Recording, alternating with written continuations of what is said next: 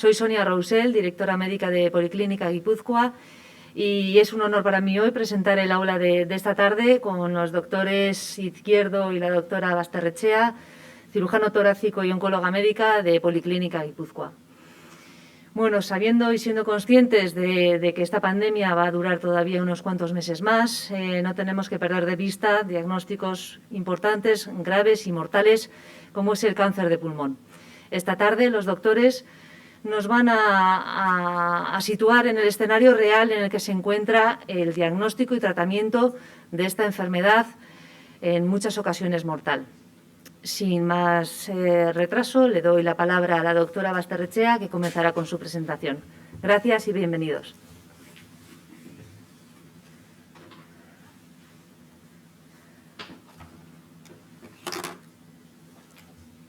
Bueno, buenas tardes, muchas gracias por venir. Yo voy a contar un poco por qué estamos aquí y hablar un poco de la prevención del cáncer y unas pinceladas sobre el diagnóstico del cáncer de pulmón junto al doctor Izquierdo. Luego cualquier pregunta. En el tratamiento no me he centrado, pero luego si tenéis cualquier duda, pues encantada de poder contestar en la medida de lo posible. La primera pregunta es: ¿qué tipos de cánceres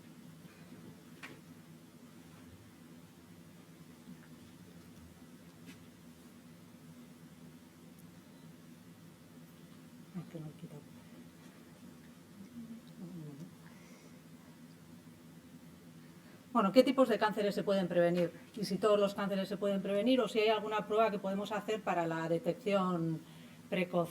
Lo primero, ahora estamos muy centrados en el COVID y parece que no hay nada más allá, pero supongo que muchos ya habrán oído que con el COVID también hay muchos cánceres que no se están diagnosticando a tiempo y que probablemente eso va a ser algo que en los próximos años vamos a verlo mucho en nuestras consultas. Según la Agencia Internacional de Investigación del Cáncer, en el 2030 el cáncer será la primera causa de muerte en todo el mundo. 1 de cada 3 mujeres y 1 de cada 2 hombres van a ser diagnosticados de cáncer en algún momento de su vida y creemos que es fundamental prevenir estos nuevos casos. Por un lado está la prevención primaria, que no podemos olvidarnos y es fundamental para aumentar la esperanza de vida. Y luego, por otro lado, está la prevención secundaria, que es en lo que nos vamos a centrar más hoy, que es en la detección precoz de estos tumores para con eso intentar curar a la mayor parte de los pacientes, y normalmente esto suele ser con la cirugía y luego con algunos tratamientos que en algunas ocasiones está indicado. Fundamental no perder de vista la prevención primaria, promover la salud. Eso que tanto oímos y que a veces no nos damos cuenta de la importancia. Los hábitos nocivos. Fumar no está indicado en ninguna ocasión y beber alcohol tampoco. Esa teoría de que beber un poquito de vino, nunca. El alcohol no aporta nada bueno, que está rico y que cada uno puede decidir si quiere tomarlo o no, pero que no nos excusemos en decir que es bueno para unas cosas o para otras. Ni el tabaco ni el alcohol nos aportan nada bueno. La actividad física, fundamental, cada vez más demostrado en el cáncer, tanto para la prevención como durante el tratamiento de cuando uno está enfermo de cáncer, como para la recuperación. Muy importante la actividad física. Una buena alimentación. Hay mucho debate, mucha controversia, se habla mucho de los tipos de alimentación. Probablemente no hay nada, ni nada es tan malo, ni nada es tan bueno. Hay que comer de todo lo más variado posible. Y la vacunación, bueno, pues para diferentes tipos de tumores ya se está viendo que hay derivados de algunos virus que si nos vacunamos podemos prevenirlos. Prevención secundaria, lo que he comentado. Detectar y aplicar tratamientos a las enfermedades en estadios tempranos para intentar curar y alargar la vida. La intervención tiene lugar al principio de la enfermedad para impedir o retrasar el desarrollo de la misma e intentar normalmente operar a la gran mayoría. ¿Qué tipos de cánceres se pueden prevenir? Se estima que entre el 30 y el 50% de los casos pueden ser evitados siguiendo algunos métodos de prevención, sobre todo lo que ya he comentado, hábitos de vida más saludables y participar en programas de cribado. Parece que los programas de cribado de cáncer de mama y de cáncer de colon, de cáncer de cérvix, son los que tenemos todos más en mente, pero también se puede hacer una detección precoz del cáncer de pulmón, que todavía no está establecido a nivel mundial. Hay algunos países que sí lo hacen y nosotros aquí estamos para intentar poner nuestro granito de arena y ponerlo en marcha. ¿El cribado del cáncer de pulmón es posible? Pues sí, sabemos que sí que es posible. Con un TAC, una tomografía o un escáner de baja dosis se ha demostrado que se puede disminuir la mortalidad en algunos grupos específicos. Y hoy vamos a hablar sobre todo de en qué casos está indicado este cribado.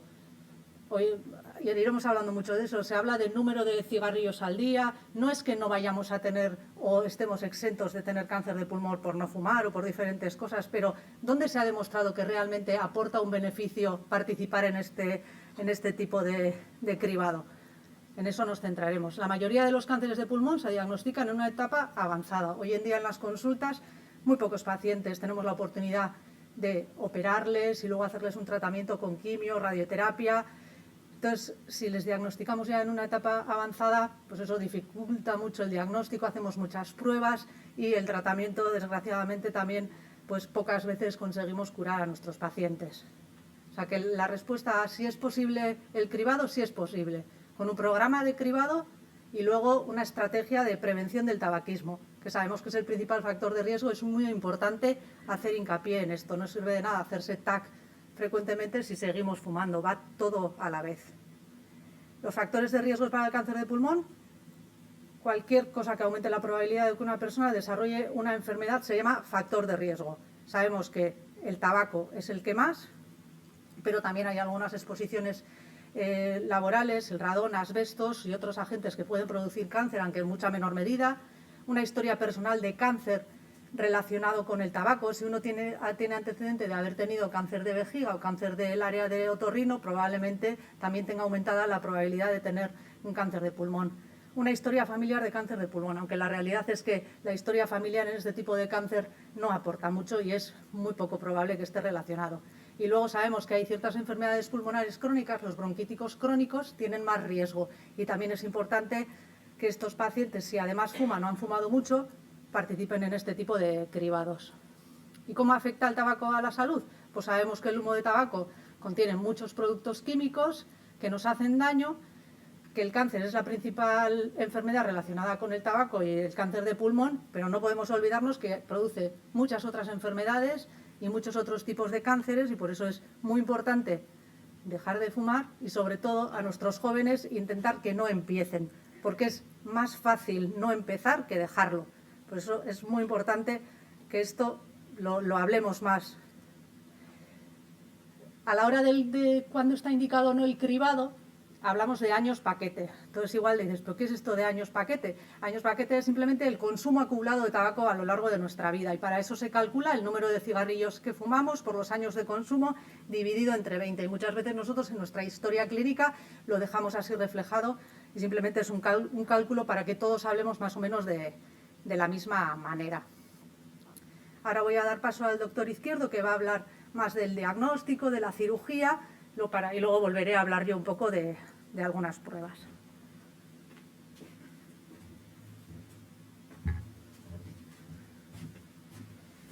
Buenas tardes. Muchas gracias en primer lugar a todos por en estos tiempos difíciles acudir a esta charla, donde yo creo que lo más importante muchas veces es el intercambio y las preguntas más que nuestra propia exposición. Yo brevemente voy a dar alguna pincelada sobre lo que ha iniciado ya la doctora Basterrechea. Bueno, básicamente, pues recordar que el cáncer de pulmón hoy en día ya es la primera causa, es decir, es el cáncer más mortal que hay en el mundo, y esto ya ocurre tanto en los hombres como en las mujeres. Es importante esto porque cuando hacía muchos años, cuando empecé a operar en los principios de los 90, casi todos los pacientes que pasaban por el quirófano eran varones, y los años han hecho que en estos momentos prácticamente estemos operando el mismo porcentaje de mujeres que de hombres con cáncer de pulmón. Básicamente, como ya hemos comentado con anterioridad, se debe básicamente a la incorporación posterior de la mujer al tabaco, básicamente. Bien, la gente dice, no, pero es que yo también he tenido un cáncer y nunca he fumado, ¿no? Pero bueno, los hechos reales es que la gran mayoría, yo diría que entre el 90 y el 95% de los pacientes que intervenimos quirúrgicamente, pues son fumadores. Es una realidad que no se puede, yo creo, cuestionar, ¿no? De ahí, pues, lo fundamental, porque sí, hay variables que no podemos controlar. La del tabaco, en realidad, sí que es una variable que podemos, de alguna forma, decidir si fumamos o no fumamos, si nos iniciamos en el hábito tabáquico o no iniciamos, si una vez que hemos fumado durante muchos años, incluso es triste, pero opero muchos cánceres de pulmón que continúan fumando incluso después de la cirugía, pues bueno, ahí realmente tenemos un problema. Se les ofrece, es difícil, como ha dicho Laura, dejar de fumar, pero bueno, la estructura sanitaria tiene elementos hoy en día para ayudar a que los pacientes dejen de fumar. O sea, que es una variable donde sí podemos intervenir como personas con nuestra libertad. Bien, ¿qué hacemos los cirujanos? Pues básicamente los cirujanos torácicos lo que hacemos en estos momentos es operar tan solo una cuarta parte de los pacientes. Esta cifra es pues muy triste, en el sentido que si hoy en día diagnosticáramos a 100 pacientes con cáncer de pulmón en la provincia de Guipúzcoa, pues al quirófano solo van a llegar 25. ¿Qué 25 son los que llegan? Pues ese 25% es el que se diagnostica en fases iniciales. Si somos capaces de dividir el cáncer de pulmón en 4 partes, en 4 pisos o escaleras, los cirujanos solo somos capaces de operar a los pacientes que están en el primer piso o en el segundo piso, primer o segundo estadio. El resto ya inicialmente no se van a beneficiar del quirófano. ¿Y qué hace en estos momentos un cirujano en el quirófano? Pues bueno, lo que hemos hecho ha sido transformar lo que ha sido la cirugía clásica, que ha sido una cirugía abierta, traumática. Lo que hacíamos era separar las costillas y acceder al tórax por visión directa, y ahora, sin embargo, lo que hacemos es, pues mira, estoy operando mirando a una cámara de televisión. O sea, en lugar de mirar al paciente, en estos momentos estamos mirando a un monitor de televisión. Esta es una operación en directo en la que estamos viendo el pulmón y la cavidad pleural a través de un monitor de televisión, y con unas pequeñas incisiones somos capaces de extirpar el tumor. ¿Qué es lo que hacemos normalmente? Lo que hacemos es quitar el tumor y parte del tejido pulmonar sano que rodea el tumor. Normalmente el pulmón tiene lóbulos, partes o segmentos, y eso es lo que hacemos, extirpar el tumor con la parte de pulmón sano de alrededor, para decir que dejamos al paciente sin enfermedad.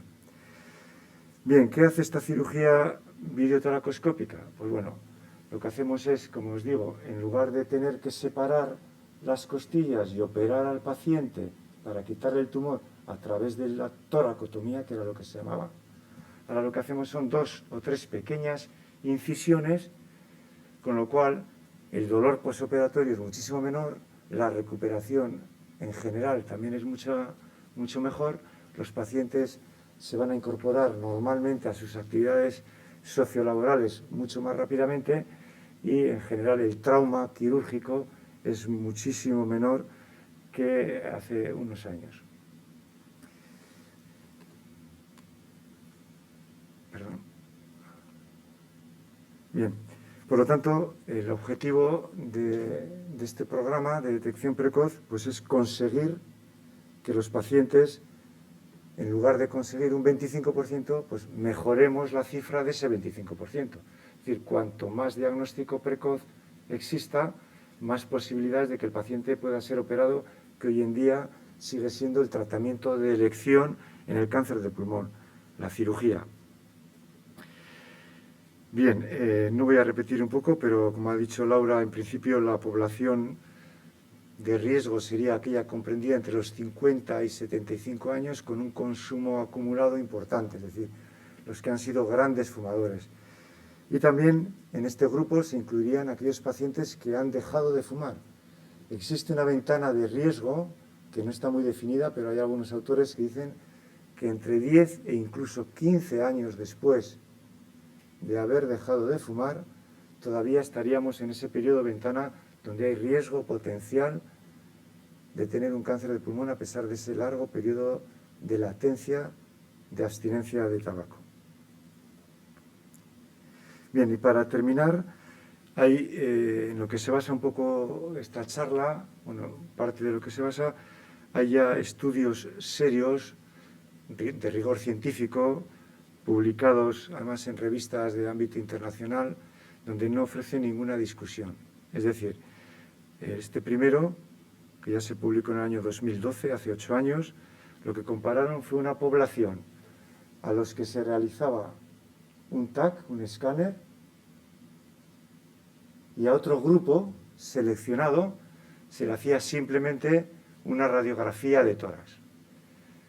Entonces, durante los seguimientos, que bueno, en este caso concreto se establecieron 3 controles, comprobaron que el objetivo fue conseguir que aquellos pacientes a quienes se les hacía el escáner de baja radiación tenían una mortalidad de hasta un 20% menos por cáncer de pulmón respecto al grupo al que no se sometió a esta exploración.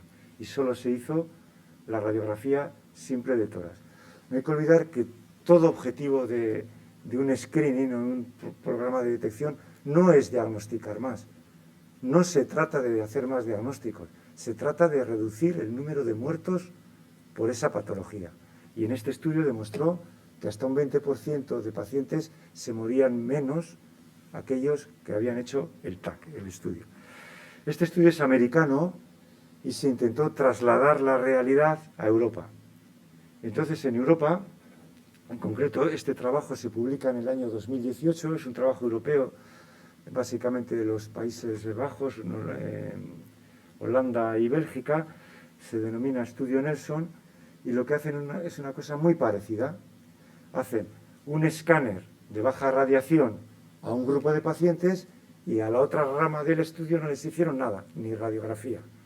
Porque ya se vio durante los años 70, cuando se hacían estudios de cribaje con radiografía simple de tórax, se vio que la radiografía no sirve para diagnosticar precozmente el cáncer de pulmón. La radiografía simple de tórax no sirve, sirve el escáner. Por lo tanto, en este estudio llegaron a la misma conclusión los europeos que los americanos. Es decir, la conclusión fue que aquellos pacientes sometidos al screening con cáncer conseguían un descenso de la mortalidad por cáncer de pulmón. Y yo, en principio, quedo a vuestra disposición para las preguntas que surjan después y continúa la doctora Basterrechea. Muchas gracias. Muy bien, pues seguimos un poco hablando de lo mismo y de no olvidarnos de cuál es la magnitud del problema que estamos hablando. 30.000 nuevos casos de cáncer de pulmón en España en el 2020 y, como ya hemos comentado, aproximadamente el 70% se diagnostica en estadio avanzado. A nivel mundial es el cáncer más letal y la supervivencia a 5 años de todos los estadios está en torno al 20% o menos. Entonces, lo que queremos es aumentar este tanto por ciento de supervivencia y poder curar y aumentar la supervivencia. Hasta ahora, como ya se ha comentado, a lo largo de los años, por este diagnóstico tardío del cáncer de pulmón, se han hecho muchos estudios intentando ver si con una radiografía simple, con citologías de esputo, o qué manera habría de poder diagnosticar antes, sin llegar a nada, a estos 2 estudios, hasta que han llegado estos 2 estudios que ha comentado el doctor Izquierdo. Entonces, ¿cómo se diagnostica el cáncer de pulmón en general? Cuando un paciente va a una consulta diciendo que tiene tos, dolor o tiene algún síntoma, las cosas que solemos hacer habitualmente son primero mirar los antecedentes que tiene, si ha fumado o no, si ha tenido otras enfermedades. Muy importante la exploración física. Solemos hacer una radiografía de tórax que, aunque para que se vea ya tiene que ser algo muy evidente, creemos que es muy importante porque va a dar mucha información, y luego ya solemos pedir un escáner, un PET o una resonancia en función de lo que vayamos viendo. Y con esto vamos al diagnóstico de lo que es el cáncer. Como ya sabéis, no solo es lo que vemos en la exploración o en las pruebas radiológicas, es muy importante tener un diagnóstico histológico que nos diga exactamente qué tipo de tumor es, cómo se llama, qué características tiene, para poder hacer un estudio molecular y con eso decidir cuál va a ser el tratamiento más adecuado en cada caso. Normalmente el diagnóstico suele ser o por una biopsia transtorácica que se hace guiado por un escáner para coger una muestra del tumor, y habitualmente todos los pacientes antes de operarse o dentro del estudio se les suele pedir una broncoscopia. Importante, ¿qué pacientes quién debería hacerse las pruebas de detección de cáncer de pulmón dentro de este estudio de cribado? Lo que ya se ha comentado, pacientes entre 55 y 74 años que tengan una buena salud, que su probabilidad de muerte no sea a corto plazo o que no tenga muchas otras enfermedades, porque entonces este estudio no aportaría ningún beneficio en supervivencia. Lo mismo de ¿por qué no más jóvenes o por qué no más mayores? Si yo tengo 80 años y estoy estupendo, ¿por qué no me voy a hacer? Se puede hacer, pero entonces ya no estamos hablando de los datos de estos estudios, estaríamos hablando de otra cosa. No es que no se pueda, se puede, pero ya no es una detección precoz y ya no vamos a conseguir ese aumento de supervivencia, serían otros datos. Pacientes que aún fuman o que dejaron de fumar en los últimos 15 años. Con esto tampoco hay que pensar que si uno deja de fumar a los 15 años ya el daño que nos ha hecho el tabaco ha desaparecido. El daño que hace el tabaco se queda para siempre. Las mutaciones en los oncogenes se quedan para siempre. Lo que pasa que el riesgo sí que baja y si ya han pasado más de 15 años no se ha visto que este tipo de pruebas aumenten la supervivencia a largo plazo en comparación a otro tipo de pacientes. Y luego se ve que el fumar o el haber fumado tiene que ser un número de cigarrillos determinados. Por eso es haber fumado 30 paquetes año. Fumar menos también ocasiona cáncer, no significa que no, pero la gente que ha fumado más es donde se ha demostrado que este tipo de estudios merecen la pena. Con el merecen la pena nos referimos a aumentar la supervivencia en el 20-25%. Por eso lo que ya hemos comentado antes, que calculamos pues el 30 paquetes año. Esto lo que nosotros ahora ofrecemos en Policlínica sería una primera consulta en medicina interna y ahí se ven las indicaciones, se hace la historia y si está indicado y el paciente acepta las condiciones, se le piden las pruebas. Se hace un TAC de baja radiación y una espirometría ese mismo día de la consulta, que sería un martes, y a las 48 horas el jueves ya tendríamos los resultados y le vería en la consulta explicar qué hemos encontrado en las pruebas y organizar con eso un seguimiento, dar las recomendaciones de a dónde poder acudir para dejar de fumar si siguen fumando y ahí, en función de los resultados, pues iríamos viendo si hay que pedir alguna otra prueba o no. ¿Qué riesgos puede tener este tipo de pruebas de detección de cáncer de pulmón? Uno de los riesgos es no detectar algo que ya hay. En medicina nada es al 100%. Por hacer esto no quiere decir que estamos exentos de tener un tumor al poco tiempo. Con esto disminuimos un riesgo, pero el riesgo sigue existiendo y no hay que pensar que por hacerse esto ya uno está libre. Y luego está el otro riesgo, que es al hacer un escáner, ir a mirar algo, siempre podemos encontrar otras cosas, o si vemos un nódulo o vemos alguna cosa, eso nos puede llevar a tener que hacer muchas otras pruebas. Entonces, antes de participar, uno tiene que saber que el hacerse esto puede conllevar otra serie de pruebas. Algunas pruebas no invasivas, como son la radiografía y el TAC, que aquí ya estaría hecho, y luego muchas veces, si hubiese algo sospechoso, pediríamos un PET, que es una prueba como el TAC, pero que además se pone un contraste, que no es un contraste, es como un azúcar, que lo que hace es ver si esa imagen sospechosa que se ve en el escáner tiene actividad o no y nos orienta a ver si realmente hay algo sospechoso de malignidad. Luego hay otra serie de pruebas que solemos hacer, que esto ya son pruebas más invasivas, cuando ya la sospecha, como os he comentado antes, la broncoscopia, a veces una toracocentesis, que es pinchar a través de la pared y sacar algo de líquido que podremos tener ahí en la pleura, aspirar con una aguja fina la zona del tumor para analizar las células, una biopsia que es ya con una aguja más gruesa para coger más células y con eso normalmente se llega a más diagnóstico. A veces hay que pedir una ecografía endobronquial porque no se llega a enfermedad que hay aquí en medio. y a veces incluso los cirujanos torácicos tienen que hacer biopsias quirúrgicas porque no llegamos a otra forma de diagnóstico para poder decidir cuál es la mejor actitud en cada caso. La broncoscopia es un tubito normalmente flexible que se mete por la nariz, con eso se llega a ver los bronquios y si hay algo dentro de eso se puede coger una muestra para analizar, porque una biopsia es fundamental. El patólogo, el especialista que se dedica a ver esas células que se biopsian, la información que nos da es fundamental para poder decidir cuál es el tratamiento mejor. Entonces, sabemos a qué nos estamos enfrentando y qué beneficio tiene esto que estamos hablando hoy. Pues que, aunque queda mucho por hacer, podemos reducir el 20-24% la mortalidad específica por cáncer de pulmón en nuestros pacientes. Entonces, poco a poco ir haciendo que la curva de mortalidad del cáncer vaya bajando. Y entre todos estos programas pues podemos ir ayudando. Y no olvidarnos pues que el no fumar es fundamental, no empezar, pero si ya estamos fumando y queremos dejarlo, pues en Policlínica hay un taller de tabaquismo que puede ayudar a esto, porque no solo es tomar unas pastillas, muchas veces necesitamos mucho más, una ayuda, un acompañamiento pues para no volver a caer, porque dejar es fácil, pero hay gente que lo deja muchas veces porque enseguida se vuelve. Bueno, es que ricasco, esto sería todo y las preguntas que queréis.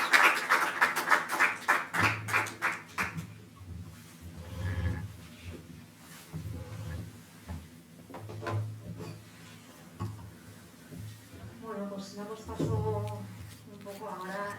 Recordad que además de estar aquí de forma presencial, también estamos online a través del canal de YouTube y también tendremos probablemente ciudadanos que nos quieran lanzar alguna pregunta. Bueno, yo igual para romper el hielo se me ocurría, doctor Izquierdo, una pregunta sobre la vida después de una cirugía de pulmón, ¿no? En estos pacientes en los que comentaba que hacían una lobectomía o que sin retirar una parte pulmón o incluso más parte, no sé hasta dónde está el límite, ¿cómo es ese postoperatorio y cómo es esa vida después? Sí, bueno, la verdad es que la mayoría de las veces lo que hemos hecho ha sido quitar una parte del pulmón, es decir, lo que llamamos un lóbulo. Hace muchos años éramos incluso más agresivos, no solo por el abordaje, sino porque incluso quitábamos muchas veces el pulmón entero. Es decir, hay muchos pacientes que han vivido con un pulmón solo. Pero hoy en día la mayoría de las intervenciones se reducen a quitar un lóbulo, una parte, y con esa cirugía poco invasiva, que es una cirugía poco dolorosa, la verdad es que pueden hacer una vida, la mayoría de las veces, prácticamente normal. Es decir, si quitas un lóbulo, estamos hablando aproximadamente de un 20% de la capacidad pulmonar. Es como si quitáramos, por hablar un lenguaje muy coloquial, de un depósito de gasolina de 100 litros, si quitamos 20, pues bueno, nos queda una reserva suficiente para la gran mayoría de las vidas normales. No vamos a poder subir al Everest, ni vamos a ser atletas de élite, pero sí una vida como la que hacemos el común de los ciudadanos. Doctora Basterrechea, cara a los tratamientos y cómo un poco lo que ofrece ahora Policlínica con este programa de detección precoz del cáncer de pulmón, entiendo que teniendo claro cuáles eran los criterios del ciudadano que se podía plantear, de bueno, me hago este chequeo, no me lo planteo, no me lo planteo, esos resultados que luego en la consulta se van a explicar y se van a comentar, claro, entiendo que no son blanco y negro, no es sí, no, o sea, en ese abanico de opciones la clave igual está en el seguimiento. Sí, probablemente en la gran mayoría de los casos no vamos a encontrar nada y en algunos de los casos encontraremos algo muy evidente que sea sospechoso, pero serán muy poquitos casos que tendremos que pedir más pruebas, pero la mayoría, si encontramos algo, será indicaciones de repetir un escáner a los 3 meses, a los 6 meses y hacer un seguimiento va a ser importante. Y en los que no veamos nada, lo que se ha visto es fundamental, hacer por lo menos una vez al año un escáner de estas características. Por eso el seguimiento va a ser fundamental. Por ese riesgo. Por el riesgo, eso es que el que hoy no tengas nada no significa que no puedas tenerlo en X tiempo. Y si en el escáner de hoy está limpio, se ha visto que con hacer un escáner de estas características una vez al año sería suficiente. Sería un seguimiento adecuado, sí. Bueno, igual paso, Laura, no sé si tenemos alguna pregunta desde el público que nos está viendo online. Sí, efectivamente, la primera pregunta es para la doctora Basterrechea y pregunta a Mónica, que ha comentado usted durante la presentación que es mejor no empezar a fumar. ¿Cómo podemos concienciar a los jóvenes para que no lo hagan? Pues no sé cómo podemos concienciar. Yo creo que ya lo hacemos, pero muchas veces, si nosotros mismos o alrededor se le quita importancia porque, bueno, de algo hay que morir y vamos a disfrutar y, bueno, no será tan malo. Bueno, no sé, yo creo que es algo que tenemos que... Pero no depende de nosotros. Yo creo que a nivel político también habría que hacer más hincapié, al igual que con el alcohol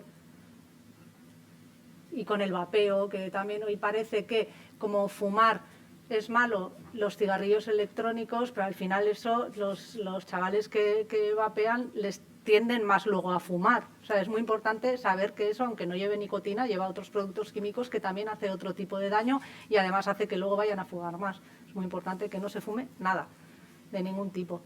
De hecho, José Luis pregunta en esa línea si se ha notado la aparición de los cigarrillos electrónicos en la incidencia de cáncer de pulmón, o es igual de dañino. Yo, igual el doctor Izquierdo sabe más de eso, pero igual de dañino, igual no sé si es, pero dañino es. No sé cuánto, estudios al respecto en número de cuánto es, porque no sé si es tan fácil de medir cuánto se fuma del número de cigarrillos, pero que es dañino, seguro. Sí, de hecho, la mayoría de las sociedades científicas, en concreto la Sociedad Española de Patología Respiratoria y Cirugía Torácica, desaconseja el vapeo, o sea que ciertamente tiene efectos nocivos, por supuesto. Laura pregunta, ¿cada cuánto debo de acudir a consulta para revisión una vez me dan el alta? El alta, perdona. Al extirpar un tumor, una vez que... Sí. Bueno, esa es una excelente pregunta. La verdad es que en estos momentos la mayoría de los países y la mayoría de las guías recomiendan un mínimo de 5 años de seguimiento desde el acto quirúrgico. Se empieza incluso a considerar esos 5 años insuficientes y algunos proyectos hay de ampliar la revisión después de la cirugía de 5 hasta incluso hasta 10 años. Miriam pregunta si fumar tabaco de liar es menos lesivo. Bueno, volvemos a estar un poco No es menos lesivo y además con eso que nos parece que puede ser más natural, creemos que no, y en realidad a veces tienen componentes que son todavía más agresivos y además aumenta más el riesgo no solo del cáncer de pulmón, sino del cáncer oral y de otro tipo de tumores, o sea que no es... Fumamos igual menos cantidad, pero al final una cosa por la otra es igual de dañino. Y Rebeca plantea a ver si con un adecuado cribado podría reducirse la muerte por cáncer de pulmón en casi la totalidad. No. Hombre, la totalidad, yo creo que como a cualquier nivel de la vida, las totalidades creo que no existen, ¿no? Pero sí que es verdad que esos estudios que hemos presentado, bien diseñados y bien realizados, demuestran que con el screening se reduce la mortalidad por cáncer de pulmón. Y la última pregunta de Carlos es a ver si debo de tomar algún suplemento de vitamina C si soy fumador o algún otro suplemento. No se ha visto nada que compense el daño que hace el tabaco. Por tomar algo no es como así ya. Y la vitamina C tiene mucha fama, pero no aporta ningún beneficio frente al cáncer y puede hacer daño. ¿En qué sentido puede hacer? Pues porque se puede tener una hipervitaminosis y muchas veces nuestros pacientes intentamos transmitir la importancia de que hay cosas de medicina complementaria que pueden hacer mucho bien, pero también interactúan con otros medicamentos. Entonces en farmacia suelen revisar y tenemos problemas con vitamina C a dosis altas porque puede hacer más daño que beneficio en muchos casos. De acuerdo, gracias. Esas serían las preguntas online. Gracias, Laura. Y bueno, me imagino que igual ustedes tendrán alguna pregunta, pueden levantar la mano, les acercan el micrófono y damos perfecto.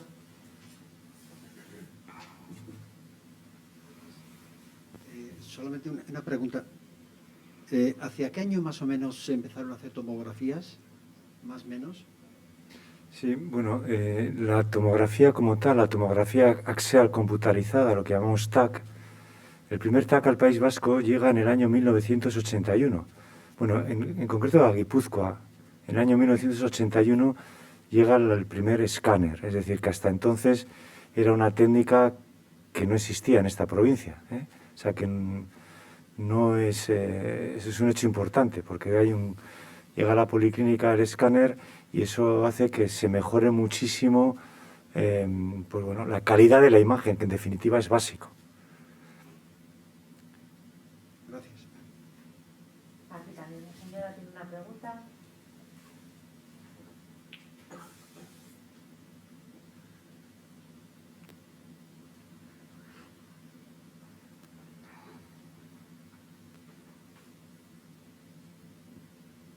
Hola, buenas tardes y felicidades a todos por esta charla. Las personas que son asmáticas, ¿es más fácil que padezcan un cáncer de pulmón? Bueno, los bronquíticos crónicos sí que parece. El asma en sí no sé si es tanto la parte, pero sí que cualquier patología bronquial puede aumentar más el riesgo, sobre todo asociándolo al tabaco. Sí que... Sin asociación con tabaco, quiero decir, ¿eh? Simplemente por ser asmático. No tiene... Puede ser, pero depende del asma si es leve o más grave. El asma grave conlleva otro tipo de inflamación en los pulmones que podría aumentar. Vale, muchas gracias.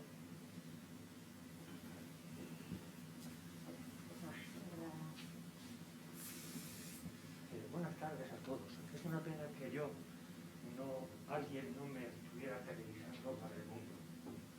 Yo he sido un gran fumador de un cigarro, o sea, de un paquete diario y 2 o 3 puros. Bien lo he pagado. Me llamo José Medina y tengo 83 años. Tuve un infarto gracias al tabaco, o sea, de 35 años. Seguí fumando. De todo hay que morir. Y luego tuve un cáncer de pulmón. Doctor Izquierdo me lo extirpó hace 23 años. Hace 12 tuve un ictus gracias al tabaco. Y hace 6 años tuve un cáncer de garganta. Y aquí estoy. Quiero decir, y daría una recomendación enorme, que no fume la gente, que no se fume. Yo no sé cómo los gobiernos no lo impiden, sí lo sé, porque gracias al tabaco ingresan un montón de dinero. Ese es el motivo. Pero es una pena que la gente fume. Dejar de fumar todo el mundo. Solo quería decir eso. Muchas gracias.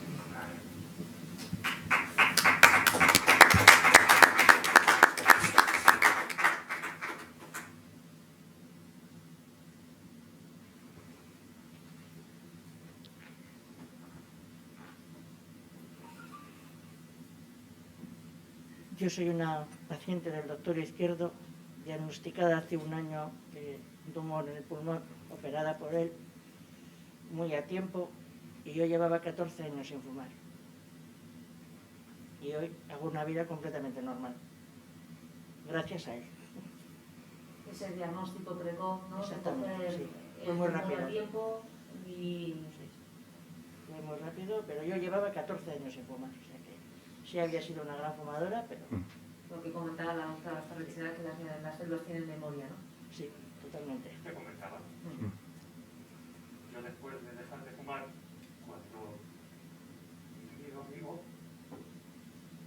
después de operarme, ya no volví a fumar, pero hace 12 años, pues gracias al tabaco, tenía de memoria el cuerpo, pues y a los 18, el cáncer de garganta, gracias al tabaco. Sí, hola, buenas tardes. Yo preguntaba, bueno, últimamente se ha puesto con el tema del COVID, un producto, Apidin, que llaman, que parece que ahora pues hay algunos estudios que dicen que puede tener alguna ventaja en un tratamiento con el tema de virus, pero que también entre todo este producto, por el tema de como retardando, se podría hacer algo contra el cáncer. Entonces, mi pregunta era si, ¿qué opináis, digamos, de tratamientos como este u otro en ese sentido? Como para hacer frente a o minimizar el efecto de cáncer de pulmón en este caso. Bueno, en este en concreto no tengo ninguna opinión porque creo que no aporta creo que no hay datos para pensar que aporta nada. Lo que pasa es que no podemos meter todas las cosas en el mismo saco. O sea, una cosa es la medicina alternativa, otra cosa es la medicina complementaria. La medicina alternativa creo que la mayoría de las veces es una pena porque dejas a un lado cosas que han demostrado mucho beneficio. Luego está la medicina complementaria, que puede haber muchas cosas que pueden ayudar a llevar mucho mejor la recuperación, los tratamientos y demás. Pero dentro de esa medicina complementaria hay que tener mucho cuidado, porque hay muchas cosas que se nos están vendiendo como que aportan algo frente al cáncer que no es así. Entonces hay que leer mucho la letra pequeña y no dejarnos engañar por palabras bonitas que a veces nosotros vemos en la consulta y nos da pena ver a pacientes que les dicen que con eso les van a curar y que dejen lo otro o que con eso siempre. Además, nosotros recomendamos siempre en consulta decir todo, preguntar todo. No tenemos que tener miedo de que al médico que esté enfrente le siente mal el que tengas una duda de ¿y qué le parece si tomo esto? Hay que preguntar todo y así nosotros tenemos todos los datos y lo preguntamos en farmacia o nos estudiamos cualquier cosa, cualquier duda, decirlo. Porque hay cosas que seguro que aportan beneficios, pero hay que mirarlo bien. Otra pregunta, claro, es que incidís con el tema del tabaco y el alcohol, pero luego está el estrés, por ejemplo, el infarto, que dicen que están, pues, el tabaco es malo, el alcohol es malo, pero que el estrés también, por ejemplo, en el tema del corazón, pues es bastante muy malo. Entonces, claro, el pulmón, no sé si tenéis alguna referencia respecto al tema del estrés. Bueno, yo no soy experto, que dice que estoy entrenado en la cirugía torácica como acto quirúrgico, ¿verdad? Leo cosas, evidentemente, hay literatura, dicen que el estrés, pero me imagino que la gente, incluso que alteraría el sistema inmunitario, ¿no? Es decir, que bajaría, entre comillas, las defensas y al bajar esas defensas, pues las células tumorales tendrían más posibilidades de reproducirse, pero yo creo que no sé, Laura, igual no creo que hay mucha evidencia científica para demostrar como factor causal de cáncer de pulmón el estrés. Sí lo hemos demostrado con el tabaco, eso sin duda, ¿eh? Pero bueno, me imagino que el estrés, así como a nivel cardiovascular, claro que puede, eso no hay duda, y hay momentos, con el cáncer no está relacionado con el diagnóstico o con que te pongas enfermo o que tengas un cáncer por el estrés. Luego ya, cómo afrontes el diagnóstico y cómo lleves el tratamiento y cómo hagas todo, claro que va a influir en la evolución de eso, porque no es lo mismo estar bien anímicamente para enfrentarse a todo y poder hacer una buena alimentación, hacer ejercicio y llevar los tratamientos de forma adecuada, que eso va a hacer que vivas más, que estés mal anímicamente, que va a hacer que vayas a vivir menos. Pero el estrés para el diagnóstico creo que no aporta nada. Los disgustos no dan cáncer, pero a veces las cosas coinciden en el tiempo. Lo comento porque un primo mío le dio hace unos años un infarto de corazón. Entonces estuvo en la unidad, le pusieron un stent, salió, entonces el médico que le dio la le dijo, bueno, tienes que tener tu base de doctores, bajar el peso, el tema de alcohol, un par de copas, un par de vasos de vino equivalente, tabaco, 5 cigarros, ahora te voy a recordar, estrés cero, o sea, lo que dijo, tabaco, 5 cigarros, pero el estrés negativo, porque yo tengo una teoría que es estrés bueno, estrés malo, el estrés bueno de acción, pero luego estrés negativo que es el maligno. Y eso que le dio dar una importancia bastante grande. Sí, bueno, pues ojalá tuviésemos la forma del estrés cero, que nos lo cuenten, porque hay muchas cosas que no dependen de nosotros. Una cosa es intentar llevar las cosas lo mejor posible, pero de nosotros no depende tanto el estrés. El tabaco sí, y 5 no, 0. Y ya para terminar, una última pregunta. Ha aparecido también un estudio con que algún linfoma de Hodgkin, que ahora con el tema del COVID que lo ha pasado, como que le ha resultado, bueno, incluso que le ha mejorado la situación. Como es algo reciente, ahora se está aprendiendo mucho. No sé si con el tema del pulmón pues tiene alguna relación o no. que yo sepa, no. Les he dicho que no todo es negativo, que también algo, pues algo de positivo hay. Sí, bueno, hay algunas enfermedades, el cáncer de pulmón, hasta donde sabemos, ¿no? Los linfomas tampoco era lo más habitual, pero hay el cáncer renal o el melanoma sí que son tumores que están muy relacionados con la inmunidad, que sí que se ha visto que a veces puede haber regresiones y desaparecer el tumor sin hacer nada y el sistema inmune es el que interviene ahí. En el COVID lo que se está viendo, que el sistema inmune tiene mucha importancia, entonces probablemente ahí hay cosas que se crucen y en algún caso puede pasar, pero creo, ojalá, pero creo que no va a ser una cura, no. Muchas gracias.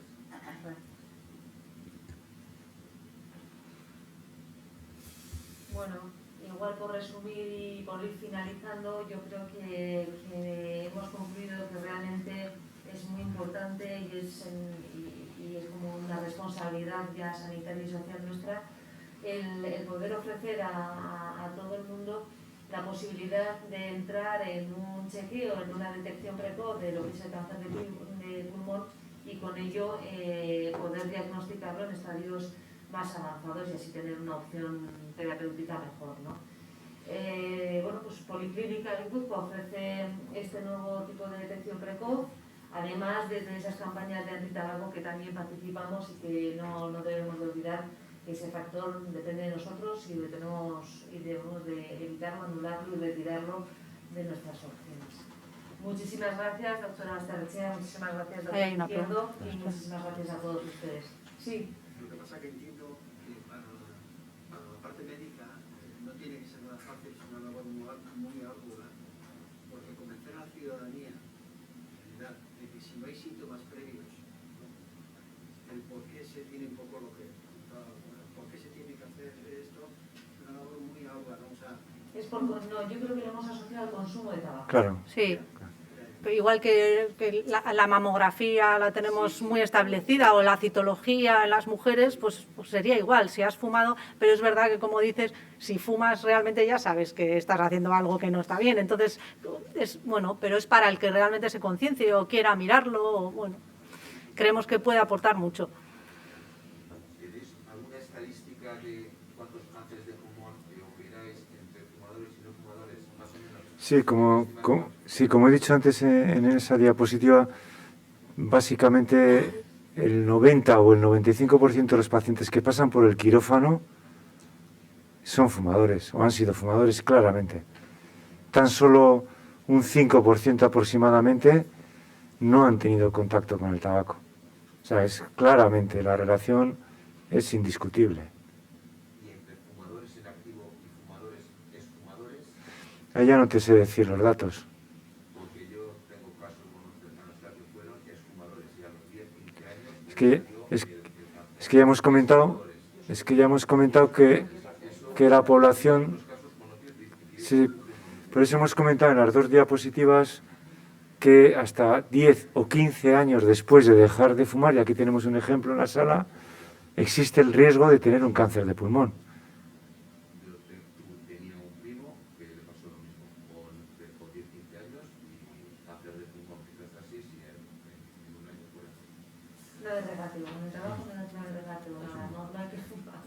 Muchísimas gracias. Recordarles que pueden bajar a través de las escaleras por el acuario si quieren ver el acuario por dentro. Gracias, buenas noches.